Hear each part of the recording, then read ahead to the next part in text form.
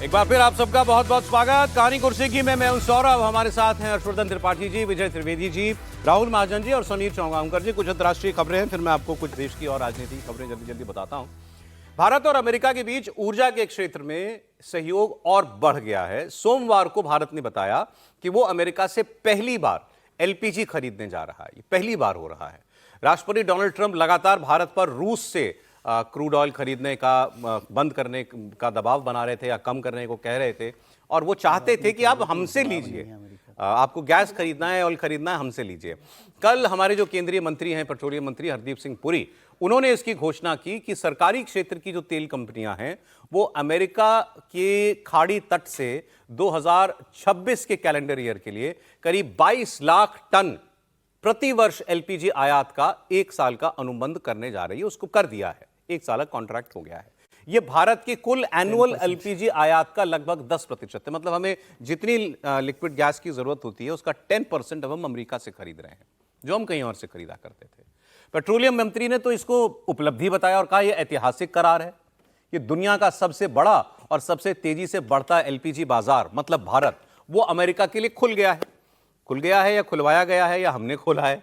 अब एक तरफ अमेरिका के साथ हमारा एक नया ट्रेड शुरू हुआ, बड़ा बिजनेस दे रहे हैं हम अमेरिका को, यूं ही समझिए ना, हम उसको व्यापार दे रहे हैं 12,000 करोड़ का। वहीं रूस पर भारत ने क्रूड ऑयल की निर्भरता भी कम करना शुरू कर दिया है। इसके आंकड़े आने लगे हैं। आधिकारिक तौर पर तो भारत ने यह कहा है कि वो अपनी ऊर्जा जरूरतों के हिसाब से भी जहां से जरूरी होगा वहां से वो तेल खरीदेगा, लेकिन सच्चाई यह है कि भारत की रिफाइनरियों ने रूसी क्रूड ऑयल की खरीद में कमी लानी शुरू कर दी है। 2 साल से रूस भारत की सबसे बड़े आपूर्तिकर्ता की लिस्ट में नंबर 1 था। नंबर 1, सबसे ज्यादा तेल हम उससे लेते थे। इसके बाद सऊदी अरब, फिर इराक, फिर यूएई, ये आते थे। अब लेकिन हिंदुस्तान ने रूस पर अपनी निर्भरता ऐसे वक्त में यह कम की है जब ट्रंप ने अब चेतावनी दी है कि रूस के साथ व्यापार करने वाले किसी भी देश पर बेहद कड़े प्रतिबंध लगाए जाएंगे। उनका प्रशासन और रिपब्लिकन सांसद ये मॉस्को को, मतलब रूस को निशाना बनाकर एक कड़े कानून बनाने जा रहे हैं। इनके एक सेनेटर हैं लिंडसे ग्राहम, इन्होंने एक विधेयक पेश किया है अपनी पार्लियामेंट में, और उसमें क्या है क्लॉज कि रूस से जो लोग तेल खरीदते हैं और उस तेल को रिफाइन करके दूसरे देशों को बेचते हैं, जो हम भी करते थे, ऐसे देशों पर 500% टैरिफ लगाया जाएगा। इस बिल की बड़ी चर्चा थी कि ये बिल कोई लाना चाहता है, ट्रंप ने कभी इसके खिलाफ कुछ नहीं बोला। अब तो ये बिल पेश हो गया है पार्लियामेंट में उनकी, अब, और ट्रंप ने कहा है कि हम इसके साथ हैं। अब अगर ये पास हो जाएगा तो मतलब भारत को ये जो रिफाइंड रूस का तेल लेकर रिफाइंड करके बेचना, ये फिर हमको जो है बहुत महंगा पड़ने वाला है। और उनकी जो फॉरेन रिलेशंस कमेटी है उसमें ये सर्वसम्मति से इस बिल पर जो है एक सहमति हो गई है। लेकिन जो मैंने आपको बताया, अब हम गैस खरीद रहे हैं अमेरिका से, 12,000 करोड़ सर ने बताया, और रूस से हमारा इंपोर्ट क्रूड का कम होता जा रहा है। और जो हमारे ट्रेडिशनल पार्टनर्स थे उसमें ये खाड़ी देश जो थे, सऊदी अरेबिया, कतर वगैरह, इनसे ये एक बार फिर से उस लिस्ट में ऊपर जा रहे हैं हमारे आपूर्तिकर्ताओं में। सर मतलब ये कोई समझौता हुआ ऐसा लग रहा है अमेरिका और हमारा? समझौते का पता नहीं, मतलब तो आपको समझ ही आ गया होगा। यहाँ बता दीजिए ना कि क्या हुआ क्या नहीं। समझौता तो हुआ ही है एलपीजी को लेकर। ये जितना आपने बताया 12,000 करोड़ रुपए का किया जा रहा है, 10% उसकी हमारी जो जरूरत है उसका। आपको लग रहा है हम दबाव में कर रहे हैं? खुश बहुत हुआ होगा मोगाम्बो, एक फिल्म में होता था ना, तो वैसा ही ये केस है। और आप इसका दूसरा हिस्सा भी देखिए ना कि आपने रशिया के साथ भी उसको, जिसको लेकर आप लगातार खड़े हुए थे, वहाँ से आपने आपूर्ति कम की है। ठीक है, क्योंकि अब ये जब ट्रंप के आने की यहाँ पर एक वो बन रहा है, व्यवस्था बन रही है, संभावना बन रही है, तो उसमें आपको ये करना ही है। लगातार ऐसा होता है कि जिस तरह से काम चलता है, एक नेशन हेड और खासतौर से ट्रंप वहाँ से हिंदुस्तान आ रहे हैं और हमारी टैरिफ को लेकर और ट्रंप के साथ जो डील होने वाली है उसमें बहुत सारी चीज़ों में आपको बदलाव करना ही पड़ेगा। इसको आज आप ये खबर के तौर पे दे रहे हैं, शायद आपको याद होगा कि हम लोगों ने चर्चा की थी 1 महीने पहले कि जो प्राइवेट कंपनी, इसके बाद डोबल वाली खबर लगा दो, जो अमेरिका के साथ बिल्कुल जो ऑयल ले रही हैं, वो उन्होंने पहले ही कमी कर दी थी।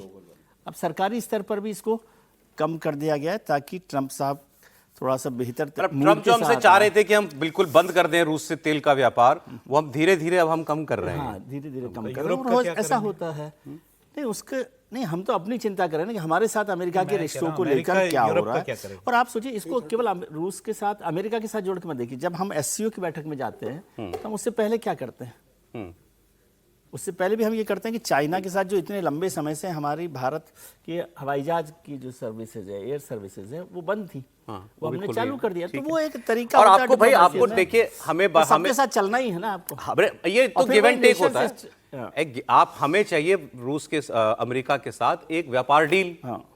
जो हम बायलैटरल ट्रेड एग्रीमेंट कह रहे हैं। अब भाई उसमें कुछ हमें उसका मानना पड़ेगा, कुछ वो हमारा मानेगा। तो भाई ये तो होता ही है। अब ये तो जब पूरी डील हो जाएगी उसके बाद बैठ करके ये हम लोग बहस कर सकते हैं कि कौन मुनाफे में रहा, कौन नुकसान में रहा। लेकिन सर देखिए, ये सब है कि रूस, इससे आपको क्या लग रहा होगा अगर हमने रूस का साथ छोड़ दिया, क्या हम रूस से तेल नहीं खरीद रहे? ऐसा नहीं है। रूसी राष्ट्रपति व्लादिमीर पुतिन अगले महीने ही पहले हफ्ते में भारत का दौरा करने वाले हैं। 5 दिसंबर और पुतिन के दौरे से पहले उनके एक खास सहयोगी निकोल पात्रुशेव ये भारत आए और इन्होंने मुलाकात की हमारे राष्ट्रीय सुरक्षा सलाहकार अजीत डोवल से। वो पिक्चर्स हैं तो दे दीजिए स्क्रीन पर। और दोनों देशों के बीच जो है द्विपक्षीय संबंधों पर बात हुई है। खास तौर पर ये बातचीत जो है और इनकी पत्रुशेव की जो मुलाकात है ये पुतिन के भारत दौरे से जुड़ी हुई है। 5 दिसंबर के आसपास उनको भारत आना है। अब ये मुलाकात एक ऐसे वक्त में हो रही है जब विदेश मंत्री डॉक्टर एस जयशंकर वो मॉस्को गए हुए हैं और एससीओ की बैठक में वो वहाँ पर जो विदेश मंत्री हैं वहाँ के सर्गेई लावरोव उनके साथ वो मुलाकात करेंगे। अब इसमें ये सारी चर्चाएं होंगी ही। अब ये तो कभी नहीं पता चलेगा कि ये क्या अंदर मिलके क्या बात करते हैं। हम सोचता रूस को समझाएं कि भाई क्यों हमको जो है दूसरे देशों की तरफ भी अब देखना पड़ रहा है। जो तेल हम आपसे ले रहे थे वो हम थोड़ा कम करेंगे। तो ये यही और रास्ते निकाले जा डिप्लोमेसी होती है क्या, इसी के लिए तो डिप्लोमेसी होती है। और ये जो आप कह रहे हैं एससीओ की बैठक के लिए गए हैं हमारे विदेश मंत्री, वो तो ठीक है, एक औपचारिक कारण है। लेकिन जब पुतिन यहाँ आ रहे हैं तो उसके लिए भी एक पूरा भाई ऐसा नहीं है कि हमने पुतिन को नाराज कर दिया या रशिया से दोस्ती में हम कुछ कमी ला रहे हैं। पुतिन आ रहे हैं अपने आप। देखिए बिल की बात कर रहे थे हम, जो यूएस में चल रहा है बात के इतने % टैरिफ लगाएंगे, तो यूएस जो है यूरोप का क्या करेगा? यूरोप पे टैरिफ लगाएगा? यूरोप का बहुत बड़ी, मैं कह रहा हूँ ना, यूरोप बहुत ज्यादा जो है रशियन एनर्जी पे डिपेंडेंट है। अरे हमने बताया था अभी, वो हंगरी के राष्ट्रपति गए थे, वो रूस से सीधे गैस खरीदते हैं, तो उनको एग्जेम्पशन दे दिया ट्रंप ने। यही बात। दूसरा देखिए ये भी बात है कि अभी अगर अक्टूबर की हम बात करें तो भारत का जो व्यापार है यूएस के साथ वो 14.5% बढ़ गया है टैरिफ वैरिफ के बाद। जो बढ़ गया है। अब हम एक्सपोर्ट कर रहे हैं उनको, तो ये बड़ी कॉन्ट्रडिक्शंस है। टैरिफ बढ़ा दिया और व्यापार भी बढ़ गया। और जो बात हो रही है, जो भारत और रूस जो यूएस के बीच में समझौते होने हैं, उसमें हम उनके सोयाबीन खरीदेंगे, उनका मेज खरीदेंगे, उनके ये भी बात हो रही है कि दूध छोड़कर, जो लिक्विड मिल्क छोड़कर हम डेयरी प्रोडक्ट्स भी जो है खरीदेंगे। तो ऐसे में ये तो पीछे हट रहे हैं हम नेचुरली, ये बातें वही मैं चाहूंगा ये सब जब डिटेल्स आ जाएंगी sir, devil lies in the details, तब बात होगी। एक बार एग्रीमेंट हो तो जाए। भी तो एग्रीमेंट का मसौदा भी नहीं आया, किसी को नहीं पता उसके अंदर क्या है। एक तो एग्रीमेंट का मसौदा नहीं है और दूसरा कम से कम इस जो एलपीजी की डील पर है वो थोड़ा सा बात कर लेनी चाहिए। 10% के आसपास की बात है और हमने कई बार देखा है, चाहे वो मध्य पूर्व की क्राइसिस हो या फिर रशिया यूक्रेन की क्राइसिस हो, हमारी जो एनर्जी सिक्योरिटी है उस पर फर्क पड़ता है। हम ऐसे देश के तौर पर हैं जहां बड़ी तेजी में ये डिमांड ग्रो हो रही है। 10% हमने अभी ये किया है, उसका सीधा सा मतलब हुआ टाइमली हम जिसको कहते हैं ना कि हेज कर लेना या डाइवर्सिफाई कर लेना अपनी एनर्जी सिक्योरिटी को, इसको ऐसे देखना चाहिए। और इसमें अगर अमेरिका के साथ आप जो ट्रेड डील करने वाले हैं उसमें भी कुछ शामिल हो जाए तो ये बहुत अच्छा है। मैं इसको ऐसे कतई नहीं देखता कि रशिया से रोक के और हम अमेरिका से ले रहे हैं। एक्चुअली दोनों अलग अलग चीजें हैं। ये दोनों की बैलेंसिंग अलग है। रशिया से हम क्रूड लेते हैं, वहां से कच्चा तेल लेते हैं, इनसे ये हम गैस ले रहे हैं। और दोनों के बीच में जो हमारा मतलब एक तरह से कहें कि हम एक मार्केट से उठकर दूसरे मार्केट जा रहे हैं। अभी तक हम लगभग पूरा का पूरा मध्य पूर्व पर थे, जो बार बार मुश्किल हुई। रेड सी वाली क्राइसिस हुई थी, ये भी रशिया यूक्रेन तो होता ही है। तो हमारे लिए ये एक बहुत टाइमली डील है और हम कर रहे हैं। रशिया से तेल खरीदना हमने बिल्कुल बंद नहीं कर दिया है, अभी भी ले रहे हैं। नहीं, वो बंद होगा भी नहीं। ट्रंप बस ये चाहते हैं कि एक संदेश जरूर चला जाए कि भारत थोड़ा सा दबता हुआ या पीछे जाता है। ये सब हो किस लिए रहा है? कि यूक्रेन की लड़ाई रुक जाए। यही मतलब है कि यूक्रेन की लड़ाई रुके किसी तरीके से। रूस के पास पैसे नहीं होंगे तो हथियार नहीं ले पाएगा। अब ट्रंप एक तरफ ट्रंप से लेकर यूरोपियन देशों तक की तरफ से लगातार रूस यूक्रेन की वॉर को रुकवाने की तमाम कोशिशों का ढिंढोरा पीटा जाता है। फ्रांस ने क्या किया? फ्रांस यूक्रेन को राफेल जेट्स देगा, जो हमारे पास भी हैं। यूक्रेन ने फ्रांस के साथ 10 साल में 100 राफेल जेट्स लेने का लेटर ऑफ इंटेंट साइन कर दिया है। इस सौदे में एयर डिफेंस सिस्टम्स भी होंगे, बॉम्ब्स भी होंगे, ड्रोन्स भी होंगी, मिसाइल्स भी होंगी। इस खरीद को यूरोप में जमा रूस के पैसे से फंड करने की योजना है। एक्चुअली रशिया के बाहर जो रशिया के सॉवरेन फंड्स थे, इन्वेस्टमेंट्स थी, वो सब सीज कर लिए हैं यूरोप ने और अमेरिका ने। अब उसी पैसे से उसी को बेचेंगे, उसी का पैसा लेंगे और उसी पैसे से ये यूक्रेन को 100 राफेल जेट्स जो हैं वो देने वाले हैं। यूक्रेन की मदद के लिए फ्रांस और ब्रिटेन 30 देशों का गठबंधन बनाने का भी एक प्लान बना रहा है। राफेल जेट्स यूक्रेन की एयर डिफेंस कैपेसिटी को और मजबूत करेंगे। इमैनुअल मैक्रोन ने, फ्रांस के राष्ट्रपति ने कहा कि ये सौदा सिर्फ जेट्स तक सीमित नहीं होगा, इसमें एयर डिफेंस सिस्टम्स भी होंगे और तमाम और चीज़ें भी होंगी। ये विमान फ्रांस के मौजूदा स्टॉक से नहीं बेचे जाएंगे, इन्हें नई मैन्युफैक्चरिंग यूनिट से सप्लाई किया जाएगा। उन्होंने ये भी कहा कि यूक्रेनी सेना को फिर से खड़ा करने के लिए 100 जेट्स तो कम से कम चाहिए। अब सवाल ये है कि इस जो सवाल खड़े हो रहे हैं वो ये हैं कि यूक्रेन को राफेल देना ये युद्ध खत्म कराने की कोशिश है या युद्ध को बढ़ाने के लिए आप एक आदमी को और ताकतवर बनाने के तो लड़ हम तेरे साथ। शुद्ध बिजनेस है सर, ये शुद्ध व्यवसाय है। फ्रांस राफेल बेच के पैसा बनाएगा ना, फ्रांस राफेल बेचेगा तो पैसा लेगा, फ्री में तो देगा नहीं। तो जो रशिया का बाहर सॉवरेन फंड है उससे वो पैसा ले लेगा, तो फ्रांस को तो बिजनेस मिल रहा है। और वो फ्रांस ये कोशिश कर रहा है कि भाई राफेल जाएगा तो यूक्रेन बहुत बेहतर तरीके से युद्ध लड़ेगा। मुझे लग रहा है कि इस घटना के बाद, ये जो समझौता हुआ, इसके बाद रशिया और तेज आक्रमण करेगा यूक्रेन के ऊपर। और वो स्थिति जब तक आएगी कि वो नए राफेल प्लेन बनाकर यूक्रेन को सप्लाई करेंगे, तब तक मुझे लग रहा है कि आधा हिस्सा रूस के कब्जे में चला जाएगा। और अभी जिस तरीके से यूक्रेन के राष्ट्रपति के खिलाफ, जेलेंस्की के खिलाफ जो करप्शन के जो चार्जेस लगे और जो विरोध वहां पर तेजी से बढ़ा है, कह रहे हैं वो बहुत मुश्किल हो गया उन्हें अपने देश के अंदर संभालना। और जनता कह रही है कि भाई इतने साल से युद्ध लड़ रहे हो, या तो आप जीतो या समझौते की टेबल पे बैठो। ऐसा देश कब तक चलेगा कि इतनी ठंड आ गई है कि ऊर्जा की वहां बिजली नहीं है, लोग ठंड से वहां मर रहे हैं। लोगों को सारे ऊर्जा संयंत्र पे रशिया हमला कर रहा है, 12-12 घंटे बिजली नहीं है, इतने -20 और -20 डिग्री टेम्परेचर में, तो लोग कैसे सर्वाइव करेंगे। तो मुझे लग रहा है कि यूक्रेन के लिए आसान नहीं। हालांकि मुझे लग रहा है जिस तरीके से ब्रिटेन ने और फ्रांस ने कहा है, ये युद्ध को भड़काने वाली बात है। जहां ट्रंप युद्ध रुकवाने की कोशिश कर रहे हैं, वहां फ्रांस और ब्रिटेन इस तरीके से बयान देकर, उस तरीके से मदद करके इस युद्ध को बढ़ाने की कोशिश कर रहे हैं। सर, एक वीडियो रिपोर्ट देख रहा था, उसमें यूक्रेन के एक परिवार का हाल बताया जा रहा था। एक्चुअली क्या है, रशिया ने पिछले साल, अभी 4 साल हो गए लड़ाई को, तो 3 साल तक वो क्या करता रहा कि इनकी इलेक्ट्रिसिटी सप्लाई पर, वो जो है ऊर्जा इलेक्ट्रिसिटी प्लांट्स पर जो है वो हमले करता था, इनके पावर हाउसेस वगैरह पर, कि भाई बिजली चली जाए। उसने तब तक कभी इनकी गैस सप्लाई पर हमला नहीं किया था। उसकी वजह ये थी कि उसकी जो गैस सप्लाई है, उसकी पाइपलाइन यूक्रेन से होकर ही यूरोप को जाती थी और तब तक ये व्यापार चलता था उसका। अब वो व्यापार कर दिया यूरोप ने बंद, तो अब उस पाइपलाइन का कोई मतलब नहीं है।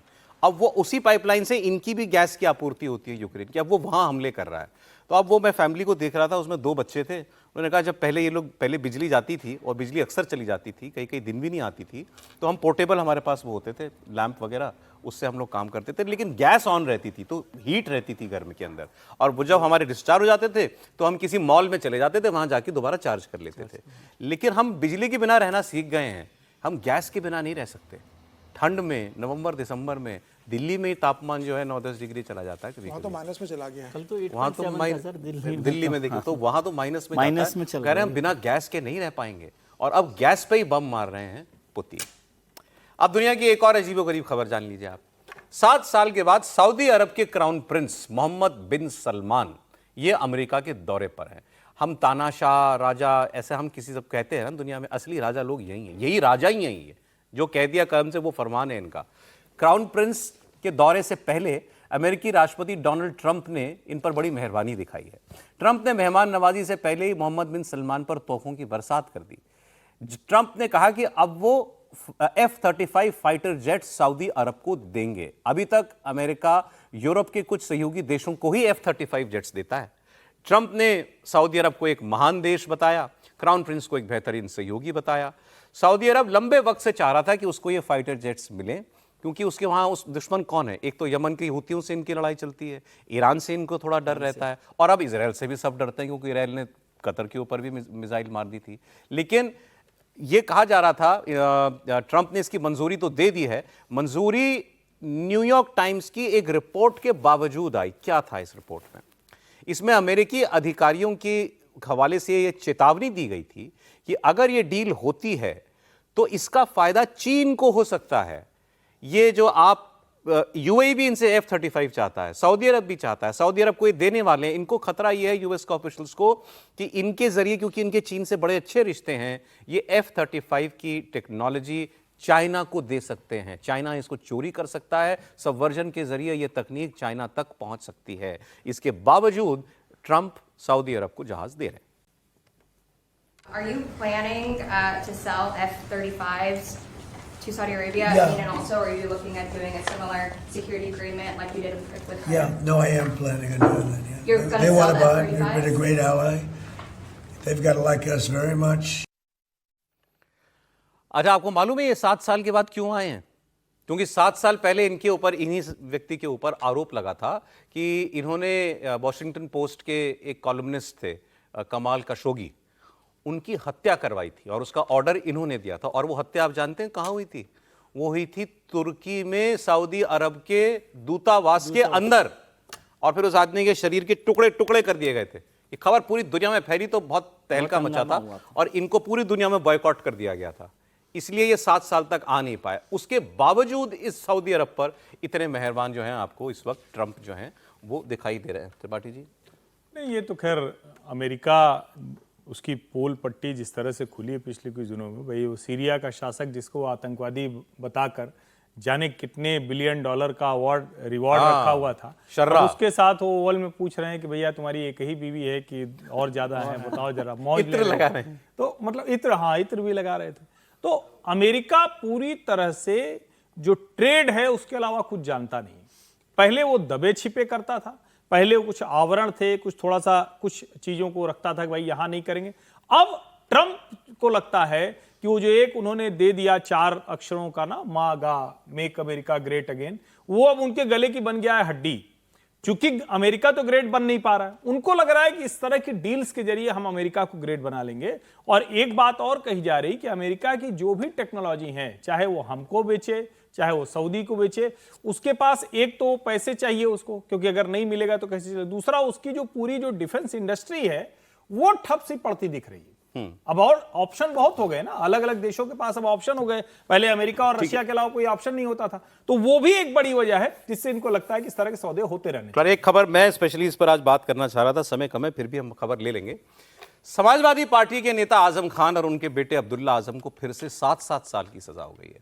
रामपुर की एमपी एमएलए कोर्ट ने इनको फर्जी पैन कार्ड के मामले में दोषी करार दिया। इनके पास 2 पैन कार्ड हैं, ऐसा इन्होंने, मतलब इन्होंने अपने बेटे के 2 पैन कार्ड बनवाए। मामला दरअसल ये है। और एक पैन कार्ड था, फिर दूसरा पैन कार्ड इनको इसलिए बनवाना पड़ा क्योंकि उसके वो देना था इनको बेटे को चुनाव लड़ाने के लिए एफिडेविट देने में, और उनके बताया जाता है कि आयु कम थी, तो कहीं से जो है आयु का सर्टिफिकेट जुगाड़ा गया, फिर उसका पैन कार्ड बनवाया गया जिसमें वो आयु दर्ज हुई। ये सारा मामला था, इसमें इनको सजा हुई है। और फैसले के तुरंत बाद दोनों को, पिता पुत्र को हिरासत में ले लिया पुलिस ने, और फिर उनको 1 किलोमीटर दूरी गाड़ी से रामपुर जेल में ले जाया गया। 50-50 हज़ार रुपए का इनके ऊपर जुर्माना भी लगाया गया। आजम खान पुलिस की बोलेरो गाड़ी से जेल के बाहर उतरे तो एक हाथ में चश्मे का केस था, 2 पैकेट बिस्कुट में थे। ये आदमी वो था जो कभी यूपी का नंबर 2 था। फिर अब्दुल्ला इनके बेटे उतरे, उसके हाथ खाली थे। आजम के साथ उनका बड़ा बेटा अदीब भी पीछे पीछे अपनी गाड़ी से जेल के मेन गेट तक पहुंचा, और जेल में दाखिल होने से पहले आजम खान ने कहा, अदालत का फैसला है, कुछ सोच समझ के दिया होगा। तुम्हें कुछ कहना चाहेंगे? कुछ नहीं, क्या कहना है, अदालत का फैसला है। कोर्ट ने आपको 7 साल की सजा सुनाई है, बेहतर है, गुनाहगार समझा तो सजा सुनाई है। इस पर रिएक्ट किया अखिलेश यादव ने। अखिलेश यादव ने कहा, सत्ता के गुरूर में जो नाइंसाफी और जुल्म की हदें पार कर देते हैं, वो खुद एक दिन कुदरत के फैसले की गिरफ्त में आकर एक बहुत बुरे अंत की ओर जाते हैं। सब देख रहे हैं, ये उन्होंने कहा इनके लिए। खैर 2 बार मुलाकात भी हो गई थी इनकी, 2 अलग अलग पीरियड्स में, बीच में कुछ महीने के लिए बाहर आए थे। 4 साल जेल काट चुके हैं, अब ये 7 साल की सजा और है। 100 मुकदमे अभी बाकी हैं आजम खान के ऊपर, जिनमें कार्रवाई चल रही है। आजम खान की एक दिन तो सबको जाना है, बची हुई जिंदगी सारी क्या जेल में बीतने वाली है? इस वक्त सवाल ये, आपकी इजाजत हो तो यूपी से हैं, इनके कमेंट ले लें त्रिपाठी जी। क्या आजम खान टारगेट हो रहे हैं? नहीं, टारगेट हो रहे हैं कह सकते हैं, या इतने उन्होंने जो अपने धतकर्म किए हैं कि उसका सबका कर्म फल मिलना तय है। अब ये सब चीजें सामान्य लगती हैं, लेकिन जरा सोचिए कि आप, चलो एक बार आपने कोई भी उम्र बता दी, कोई भी उम्र हो, और पहले होता था एक जमाने में कि भारत में सभी की उम्र थोड़ी छोटी बड़ी होती थी, वो कोई इरादतन नहीं होता था। लेकिन जब आप इरादतन कर रहे हैं, 2-2 पैन कार्ड बना रहे हैं, 2-2 बार जन्म प्रमाण पत्र बनवा रहे हैं, और इस तरह की चीजें जब सामने आती हैं, और वो सीधा सीधा एक उसका मोटिव होता है। कई बार होता है ना कि ठीक है किसी ने कर दिया, गलती से हो गया। अभी मैं सुन रहा था किसी ने कहा कि भाई सबके पास 2-2 पैन कार्ड होते हैं। भाई पैन कार्ड तो 2 नहीं होते, नहीं हो सकते, मतलब क्राइम है, पैन कार्ड नहीं होता है। और ये बहुत क्लियर कट है कि पैन कार्ड 2 होने का मतलब कि आप फ्रॉड हैं, आप अपराधी हैं, आप कोई न कोई गड़बड़ बड़ी करने जा रहे हैं। तो मुझे लगता है कि उसको इस तरह से, हाँ ये जरूर कहा जाएगा कि योगी राज में जी जो आरोप अखिलेश यादव लगाते हैं, और कई बार ये लगता है कि योगी राज में किसी के साथ भी रियायत नहीं होती है। इसको आप यूं भी देख सकते हैं। रियायत तो बिल्कुल रियायत नहीं हो रही नहीं है। होती। नहीं, क्या अब ये जेल का चंगुल पीछे से नहीं हटने वाला है इनके मुझे पीछे लगता है आजम जेल में रहने वाले हैं। आजम आजीवन जेल रहेंगे। हाँ, आजम जेल में रहेंगे। इतने मामले चल रहे हैं, उस तरह का सा मामला है, और अभी तो 4 मामले और उनके ऊपर दर्ज हुए हैं। तो मुझे लग रहा है कि बहुत मुश्किल होगा आजम खान का अब छूट के आना तमाम मामलों को लेकर। हालांकि 7 साल की सजा भी अभी वो सुप्रीम कोर्ट भी जा सकते हैं, बचने की संभावना कम है आजम खान का। अब मुझे लगता है ऐसे मामलों में तो बेल हो जाया करती है, लेकिन हो जाएगी, जाएंगे सुप्रीम कोर्ट इस मामले को लेकर। लेकिन तमाम मामले अभी चल रहे हैं, ऐसा तो नहीं कि अकेला मामला है कि आजम खान इसमें बेल ले लेंगे तो बच जी, जाएंगे। तमाम मामले चल रहे हैं अभी, तो आजम खान के बुरे दिन अभी खत्म नहीं होने वाले हैं। ये एक थी जानकारी उत्तर प्रदेश की। आज समय इतना ही सर, बहुत धन्यवाद समीर जी, राहुल जी, विजय जी, हर्षवर्धन जी, बहुत धन्यवाद।